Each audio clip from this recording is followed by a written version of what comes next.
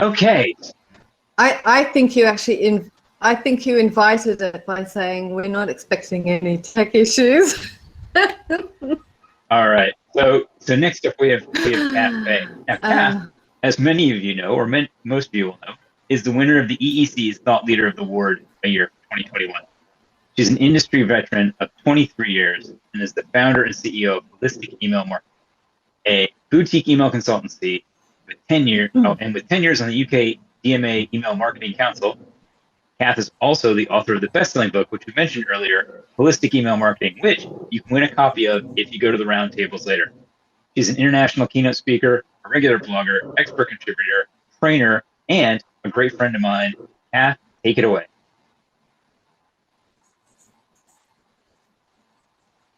Thanks very much for that introduction, Skip. So I'm pretty excited about this case study. I actually it's written up in detail in the book in Holistic Email Marketing as well, because it's just a really good overall case study. And we can't go into immense detail here because I've only got half an hour, but I'm going to do my best in getting you through as much of it as possible. It's not a very pretty presentation, I have to warn you, but it's really content rich. So I hope you're going to get a lot from it. As Skip said, this is me. I don't need to tell you anything more about me. Oops, my presentation just disappeared.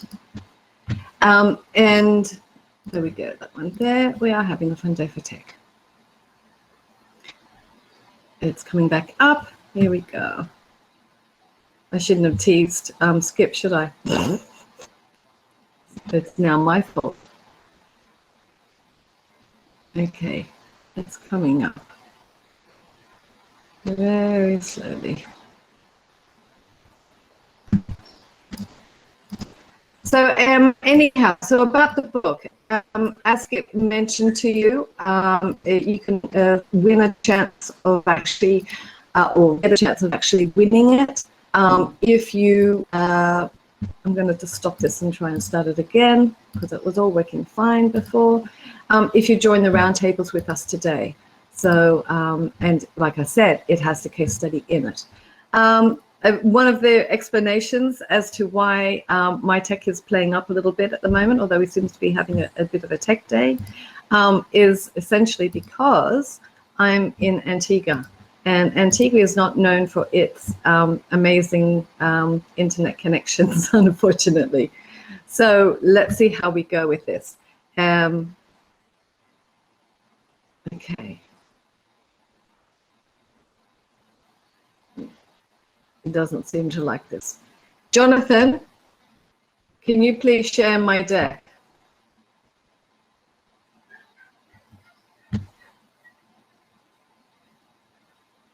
Okay, sorry. We'll get Jonathan to share it. And please just use this movement as the indication to change slides. Sorry about this, everyone. It's good that we're so versatile and everything with today's all working from home. So, okay, here we go. Great. So next slide. And that's me. Next slide.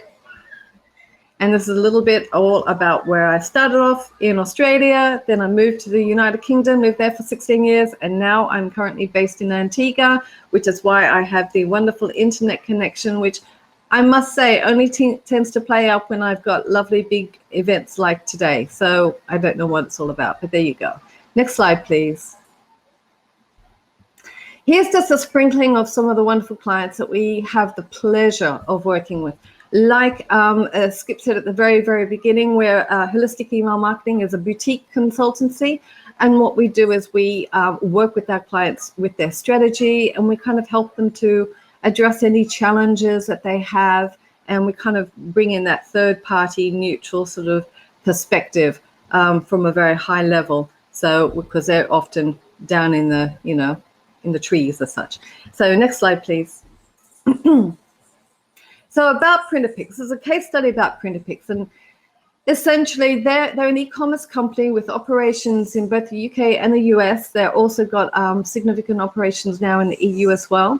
But for this particular case study, we're just looking at the UK and the US when they had issues with deliverability back in 2019. They were sending all of their emails for both of the UK and the US over 2 dedicated IP addresses. So that's sort of like the basic premise, right? So early 2019, next slide. So early 2019, they started noticing there was a bit of a decline. Mid 2019 is when they called us in. And at that point, the US inbox placement had fallen to 0% at Gmail and 14% in Outlook and Hotmail. And the UK inbox was really high with Yahoo and AOL, but 0% for Gmail and 25% for Outlook and Hotmail. So that's the situation that we were dealing with. Next slide, please.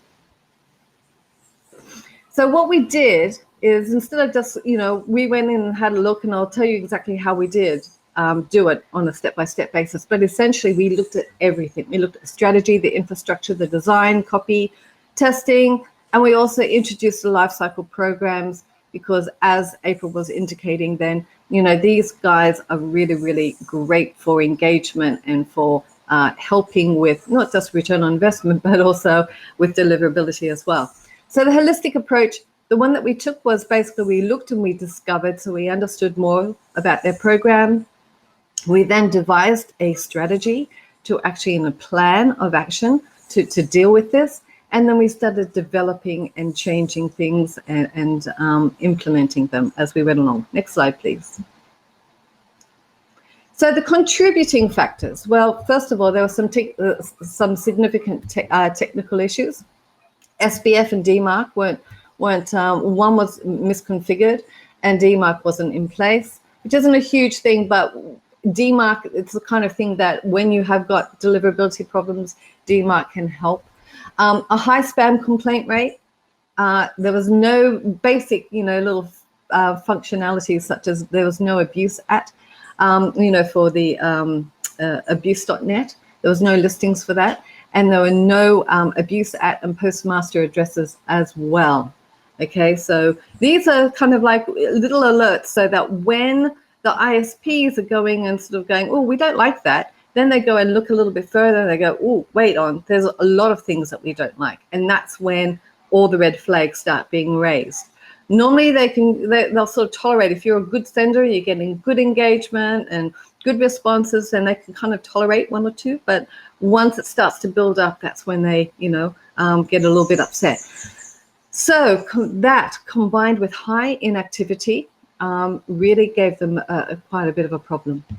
So what we did was, as part of our discover phase, we used eData Source's panel data. And because it stores 2 years worth of data there that we could go and access, we didn't have to waste time in sending seed lists and everything like that. We could jump straight in and formulate a hypothesis about what was causing this problem and then go and start to tackle it immediately. So we saved a lot of time because we could just jump straight in and look at the historical tracking of what has been happening. We could see when it started, and then that really helped us with identifying further issues as to what could be the cause. Next slide, please. So our plan for Printerpix had 3 main phases. The first one was to improve the infrastructure and the processes, which I'll go into detail. The second one was to A/B test to increase conversions, all right? And then the third one was to build out the rest of the email program. Next slide, please. So we're looking at phase 1 now, improving infrastructure and processes. Next slide. What we did 6 main steps here. The first is, of course, the obvious thing, fix those technical records. And then we wanted to clean the data as well. So we chose Fresh Address because they're pretty awesome to work with, and they give a lot of additional features that many of the other competitors don't. So we went with them, and we're able to really, really, weed out those that were inactive or potential spam complainers, a whole heap of things like that. So we cleaned the data. which, keeping in mind, remember that they had a high inactive percentage. So on that basis, we prioritized those first of all, and we were definitely cleaning that, and that really helped. Then what we went and did is we suppressed the inactives, but because we suppressed the inactives, we didn't want our spike, we didn't want to spike down and then spike up later. We wanted to try and remain consistent as possible with our volumes. So what we did was we actually doubled, and also because of revenue, so we doubled the volume to the actives, and it was great. So that actually taught us a lot as well, and so that helped us to keep that consistent volume and to avoid the spikes. And then what we did was we followed a strict sending strategy that we created using the Halo sending strategy. And all that is simply is that you break out your data into recency segments, different segments of recency: most recent, next most recent, not overly recent, and inactive, right? So you can make it more complicated, but 4 usually works quite well. And what you do then is you send them 4 separate campaigns every time you send. But the whole idea is that the first one gets sent completely. Once that has been finished, once that's finished sending, you then send the next one. So for the ISPs, it basically looks quite seamless, And what happens is I call it the Halo sending strategy because it uses the halo effect. So those last 2 segments are actually benefiting from the high engagement that the first 2 segments came. Of course, this is all on the premise that the first 2 segments are of a higher percentage of the total volume sent than the last 2, right? So if if you end up sending 80% of the campaign is going to be in the inactives, it's not going to work. So you really need to have, a good amount of addresses that are active at the beginning of the first 2 segments. Anyhow, then we went and we virtually tested to boost the open rate. I'll talk about that in a little minute, and I'll explain why we actually chose to virtually test rather than real life test. And then we also designed and implemented a new template. So next step. Oh, sorry, next slide. So some of the tactical maneuvers that we used, and we were very much focused on Gmail. That is the majority, with a second focus on Hotmail Outlook. All right, but we weren't zero at that point in the UK or with US with Hotmail and Outlook, only with Gmail. So this was really, really important because it's very hard to reactivate when you're not actually getting anything into the inbox, right? So what we decided to do is focus temporarily on open rates. And we later changed this back to clicks and conversions, which is our normal success metrics. But the reason why we chose open rates at this particular time was because getting it delivered was actually even more important than conversions at this point in time, because we realized if we didn't get it delivered, we're not going to get to conversions down the road. So we're focusing on the open rates just so we can get it delivered, so we can bump up the actual open the engagement. And this is because ISPs look at open rates. They don't actually look at your clicks, and they don't actually look at your conversions. It's open rates that they focus on. So for that reason, from a deliverability perspective, we decided just to focus on the open rates. And to do that, we used this virtual testing tool, which is Touchstone. It's been renamed. And what happened is that we would put in 10 subject lines. We would see which one was going to give us the highest open. Sometimes they would give us the highest open and also the highest click. So we were happy, we would be using that one. And what this therefore means is that we're not actually sending any of the losers at all to the database. We're testing 10 subject lines, and we're able to actually only send the winning line. Now, just to let you know as well, we had thoroughly tested this virtual tool out against real life subject lines and real life testing. And we were 100% assured that it's going to give us the best results. And it did. It did the trick. And then, of course, we redesigned the email template pretty much like what April was saying about, and that last question that Skip had as well. Next slide, please. So it's kind of like we wanted to make a new impression on the ISPs. Plus, the fact that their old one was very much, it was image based. So it was just basically, beautifully designed email that was just sliced and diced, right? And so that means it's very heavy. That means they weren't necessarily using the alt text either. They didn't have the live text, so that if images were blocked, the recipient was seeing absolutely nothing. And so, by us actually redesigning it, making it HTML based rather than image based, we were able to put in lots of live text, bulletproof call to action.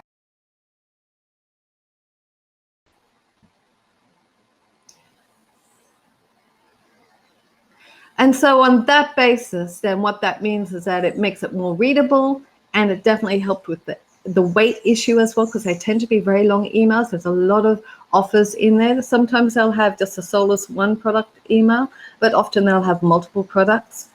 And then also it helps with the image to text ratio, which helps with deliverability as well. So all of these little things, they're little, but they all add up, not just from the customer experience and their ability to actually now action the email, even if images are off, but and be able to receive the whole email instead of a truncated version because the email was too heavy, but also from the ISP's perspective as well. So, best practice coding and everything. So it really made a big difference. In fact, they actually, after we did this initial case study, they went back to their old practices and started doing their image-based one, and we rapidly saw a decline. So they did that without me knowing. And then, so then we said, no, we have to do this. So they started using this again, and everything went back up again. So it does have a significant impact. Next slide, please. One of the things I love, so I love working with Printerpix. They've got the most amazing team, very dedicated, and they really, really try their best to achieve their objectives. And this is even without me telling them to do this. This is how they do it. They create a bespoke landing page for every email, so that when you are actually clicking on the email, it goes through to this landing page, which really, really, there's no disconnect. And so it's one of the things I do absolutely love about what they do. And like I said, these guys are really hardworking, and they followed our instructions to the T, absolutely dedicated. And this is a great example of, why they're a great team and it's a great product. They just were in a bit of difficulty. So next slide, please. So phase 2, we're looking now at A/B split testing to increase those conversions. And so what we did, next slide, what we did then is we looked at, with phase 1, next slide, please. Oh, we are having super tech issues here today. This is crazy. So what we did with phase 1, right, we addressed all of those things, the infrastructure, the template and everything. The next phase was now using real testing. So we stopped using the virtual testing tool and we started using real testing, and we started testing subject lines, but more likely than not, it was actually a whole heap of them. So we would be testing the subject line in conjunction with the call to action, would be following a hypothesis. And then we would be, yes, that's the one, perfect, thank you. And so what we would be doing is we'd be looking at the copy and the offer and the call to action. And remember, we just got that new template, so we're still refining that as well. And so we're very much focusing on, okay, great, we've now got a presence in the inbox. Now we're actually going to be looking at, optimizing it and getting as good a response as we can. Next slide, please. So the results were, for everything that we've done so far, right? This is just phase 1 and phase 2. Increased revenue and better deliverability. So 10 weeks after commencing work, the UK domain achieved 100% inbox placement across all domains. And the US achieved 96% within Outlook and Gmail and 100% in Yahoo and AOL. And this resulted for Printerpix an 8x, 8x, increase in revenue. So, they were pretty happy chappies. But we didn't stop there, because we literally had only just got started, because now we've got Black Friday is upon us, which is their peak period. So next slide, please.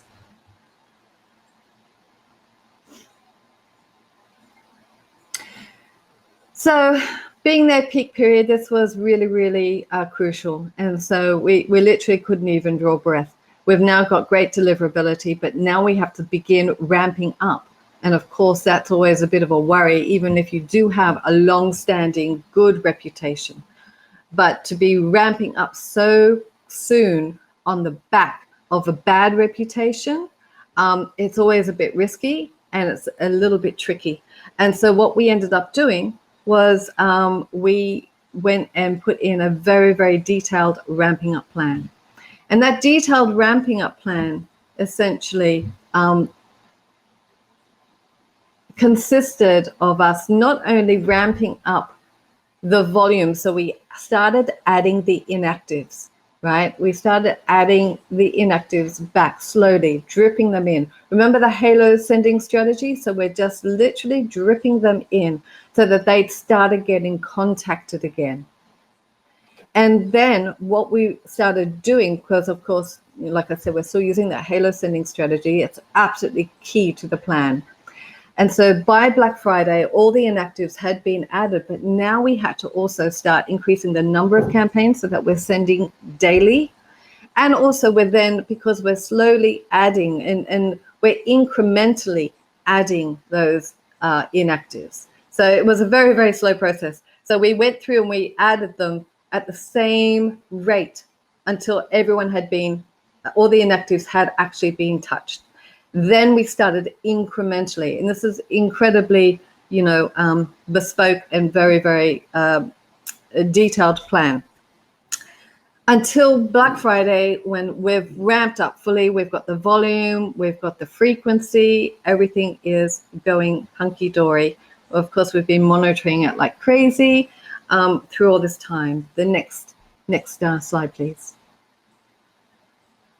And then the results for the 2019 Black Friday, Cyber Monday, and Christmas was a year-on-year increase of 240% revenue for the UK and 297% increase in revenue for the US during this peak period. So they were really, really excited. But again, we didn't stop there. So next slide, please.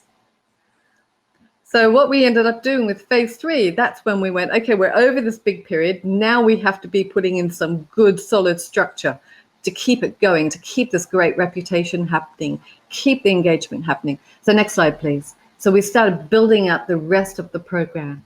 And so what we did was we did some strategic messaging to the inactive addresses. We tested it. We found out which ones worked best. And then we actually implemented those messages into automated program to be ongoing, right? So just addressing through an automated program inactives when they hit a certain mark, right? And then that way it really helps because you're not emailing them on a campaign basis. So you're not sending a whole heap of them, you're dribbling them throughout the year, right?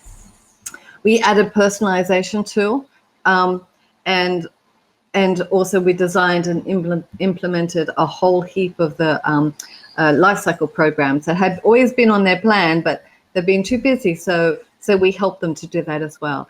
And like, April was indicating, and I said earlier, these guys really help with some fantastic engagement, and which does all contribute to deliverability. Next slide, please. So we kept this going, we kept monitoring, kept tweaking. And for the 2020 Black Friday and Cyber Monday, well, we worked with their team and we got 99% deliverability across Gmail, Yahoo, and AOL, 97% deliverability across Outlook, Hotmail. We sent the highest volumes ever, and revenue, it was the highest year yet.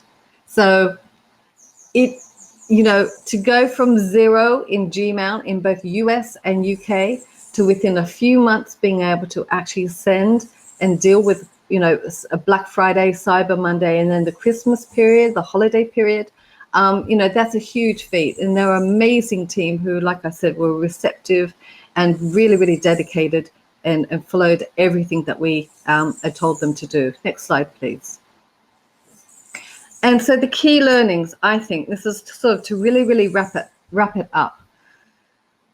I think the key learnings are that to understand that all aspects of your email marketing strategy can affect, and in fact does affect, your deliverability, either in a positive way or in a negative way. And this is really, really crucial, right? We need to understand that deliverability isn't just that standalone, okay, so that's the deliverability team, and this is the strategic team or the email team, and, you know, they kind of talk to each other occasionally. These guys, you know, you have to work as one, because that is the crucial thing. Your deliverability team can help you, advise you, and you need to be taking that on board. But at the same time, you need to be working with them, because, you know, sometimes it's funny, the deliverability objectives and can actually be a little bit different to your objectives as a marketing team. And so you need to work together to make sure that you get the best of both worlds. So it's not just a standalone aspect of email. It needs to be viewed holistically. Thank you. And the next slide. So as we were talking about beforehand, there's my book. The case study is in that book. So if you haven't picked up yourself a copy, why not? Or come and join at the round tables, and you might be sent a copy. You might end up winning one. And next slide. And I'm finished. So thank you very much for putting up with all of the tech issues. And I hope that the content was well worth it and that you found it to be beneficial. And I know we've had a few questions about the slides and everything. So the presentations will actually be available on demand as well once we send them to you. Kath, that was great.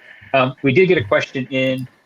Manny wants, you mentioned the virtual testing tool, which used to be called Touchstone. You said it had been rebranded. Do you know it's been rebranded too? Yes. Oh, do you know what? I'm going to look it up and I'll put it in the chat, right? Because I do know what it's. I just can't think of it at the top of my head, but I will check it out. So Manny, look out for that in the chat. And you know, Kath, that was great. I think my key takeaway from that was, if you do have a deliverability problem, as I said at the beginning, try to avoid it. But if you have it, don't panic. Have a plan. Yeah. You know, just have a plan and approach it. I also liked how the client tried to go back to their old ways and it didn't work really quickly. And you were like, no. So, alrighty. So,